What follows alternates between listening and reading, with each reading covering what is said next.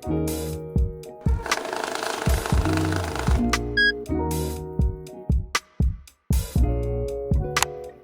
up, YouTube family? We back with another episode of Invest in Myself, and today we'll be going over why you should invest out of state for your rental properties. But before we begin, I just want to let you guys know today is my birthday. I'm turning the big 3-0. And all I ask for a birthday present is if you guys go ahead and subscribe to the channel and hit that like button. Go ahead and comment happy birthday down below as well too. And don't be asking me what I'm doing for my birthday. Y'all know I'm stuck in the crib. It's all good though. So let's get into some reasons why you should invest out of state when it comes to your rental properties. So reason number one, you have access to more affordable real estate somewhere else. So for example, real estate usually on the coast, Washington, Cali, Florida, New York, usually have an expensive real estate market. So for example, the average property cost in, let's say like New York City could be like $600,000, $700,000. Some of us, especially me, don't have a 20% down payment for anything of that nature. So I live in Washington State in the Seattle, Tacoma area, and it's ridiculous down here. These prices are way too high for me to invest right now. So that is one main reason why I'm investing somewhere else. Also with affordability, you have to think about property tax. So again, with those high cities like New York City, Seattle, Los Angeles, the property tax could be very high and they increase at a high rate. So you could lose a lot of your return on investment if property taxes keep going up. So you want to look at an area where maybe the property tax isn't high and isn't going up at a rapid rate. So you also have to think about insurance as well too. So this is going to go along with property tax and the value of the houses that you're getting. So for example, we're going to go back to like New York City. If the median house is 600 or 700,000, property taxes are going to be very high, which means that your insurance is going to be very high as well too.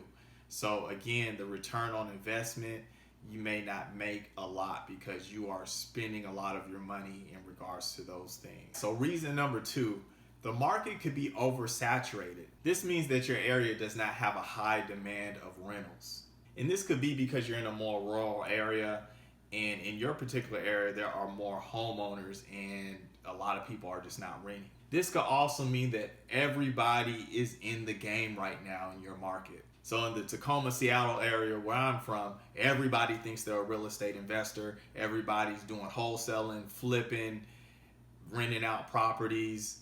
It's just so many people right now that if you're a beginner, you're trying to get into the game, it may be very hard in my particular area to really get a rental property that is going to give you a high rate on investment. So you got to think about it this way. If there is a big lake and all the fishermen are fishing on the east, are you going to fish with all the fishermen and fish on the east? Probably not. You probably want to go to the west by yourself and go catch fishes. It's going to be a lot easier to catch a fish if there's not too many people on the west and everybody's oversaturated on the east trying to catch these fishes. You got the same rod in that same spot that everybody else is getting. And let's move on to reason number three, and that is because you can get better rates on return. So if you've seen any of my previous videos talking about rental properties, you know that I invest in a city called Topeka in the state of Kansas. So I can buy a property for about $50,000. And the mortgage may be about $250,000, $300,000, but then I am renting that property out for about $800, $900. So if you haven't heard of the 1% rule, usually your rent needs to at least be 1% of the price that you purchased the house. So for example, my rental property was $50,000. 1% of that would be $500 that the rent needs to be. But if I'm renting it out for $800, $900, I'm over the 1% rule. I'm at like 1.7, 1.8%. So that would be a better return on investment, as opposed to, let's say I bought a house down in my area and it was, let's say I got it for $200,000, which is definitely cheap. I would definitely have to fix that up. Maybe put put 30,000 into it, so I got it for 230,000. But then I rent it out for 1,700. I did not meet the 1% rule because 1% of 230,000, that would be 2,300 for the rent. So usually the higher the price, the harder it is to get to that 1% rule. And you can probably get closer to that 1% rule, or even way better, if you decide to invest in another state. All right, so reason number 4, your state or city may not be a landlord-friendly state. And what I mean by that is that the state laws favor more of the landlord. So if your tenant's causing you hassles, it may be very easy to evict them. You may even have the right for somebody to go into the home, like the property management, or even you to go into the home and only give like a day or 2 notice. Now, I'm not trying to say I'm out here trying to just kick everybody out and be a slumlord and things of that nature, but there are professional tenants that know the state laws, and they will pretty much live into your house for free, and it can take you 6-7 months to evict them, and you have to go through all this legal process if you're in the wrong state. So for instance, my state of Washington, they're more of a renter-friendly state. So me, I'm a little hesitant to purchase a lot of my rental property portfolio in the state of Washington. 5-6 months is a lot of time to be trying to kick out a tenant, and a lot of costs.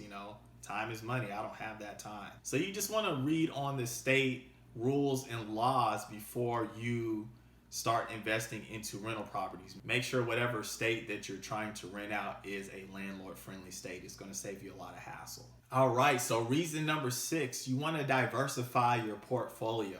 So you never want to put all your eggs in one basket. So for example, let's say in my state of Washington, the economy just goes bad. A lot of people just lose their jobs, unemployment's high. If all my rentals are in this particular state, or even in this particular city in Washington, I may find myself in a tough position to get long-term tenants. But if I have properties in, let's say, 5 other states, if one of the economies of that state go bad, then I still have 4 other states that are flourishing economically, and their market is going up. So you want to look at it just like stocks. You would never put all your money into an Apple stock, because when Apple goes down, you're going to go down with it, right? You would diversify all your stocks, so when Apple does go down, you have hundreds of other stocks that are flourishing and going up. It's the same concept. And for reason number 7, this taught me how to be a CEO investing out of state. And just know there's going to be a part 2 for number 7, but let me briefly explain my thought pattern in regards to becoming a CEO. So let's put an example for an out-of-state investor. So if I'm out of state, I have to depend on other people. So I have to find business savvy, trustworthy people to see my vision. And I just want to put this out there. Just because somebody is a friend or family member does not mean that they are business savvy or trustworthy. So let's think about it. Do CEOs truly monitor every single person on their team and their company? The answer is no. So the CEO has a vision that everybody on the team and in the company agree with that makes them money as well. The CEO does not have time to investigate every single little thing that's going on, because they have more important things to do, like figuring out another stream of income. So the CEO's job is to tell people their vision and find a group of rock stars that can really put the vision into action without you having to regulate every single thing. So let's put a real life example here. So if my real estate agent knows that I get about 2 or 3 properties every year, that's pretty much easy money for the real estate agent. So with that being said, my real estate agent isn't going to be breaking his back for first-time home buyers that may not be able to do this. They don't know what they're doing. He's not going to waste a lot of time. He's going to invest more of his time into me. And this is because he trusts that I'm not wasting his time. I'm all about my business. So this trust can pretty much be extended. So if I ask him to do something a little extra, like, hey, can you go evaluate these properties, make sure what the rental rates are in that area, most likely he's going to do it because he knows that I get about 2 or 3 properties every year. He doesn't want to lose out on this easy money, so he's going to break his back to help me out, because in turn I'm helping him out. And if the real estate agent wants me to keep coming back to him, he better give me the best deals, because if he gives me a messed up deal, that easy money is gone. He's never going to see the easy money again. So this will further prove that this real estate agent is going to break his back. He may even call me when I'm not ready, like, hey, you need to jump on this deal. It just came out. It's $50,000 below market value. It looks like there's only about $10,000 worth of repairs. He's going to hit me up, giving me the deals. So when this trust is established and he understands I'm about my business, do I necessarily need to fly down to Kansas every single time just to make sure that he's giving me the right property and the right numbers? No, I don't. Because if he screws me one time, I'm done. And he loses that easy money. He's not going to want to lose that easy money. Now I can let the business run itself. So I can hit up my real estate agent in Kansas and say, hey, I'm looking for a property with a high cash flow. What's out there? Can you help me? He's going to be on it because he wants that commission. Now, this is just one person out of your team.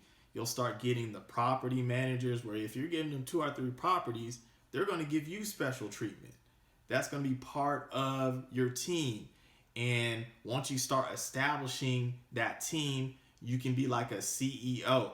You just call up the one person and just say, hey, I'm looking for properties. It needs to have a high rate on investment. What do you guys got? I'm ready. All of them are going to jump to you, and you don't even have to worry about it because they know you're about your business. So now, once I make that team, then this company runs itself. I'm like a CEO now. I don't need to be flying down to Kansas every time to be doing certain things. This goes along with putting in repairs for the property. So let's say I have a contractor or a maintenance man and he tries to charge a high price. He knows that if I get 2 more bids and they bid lower than him, then I'm never going to go with him again.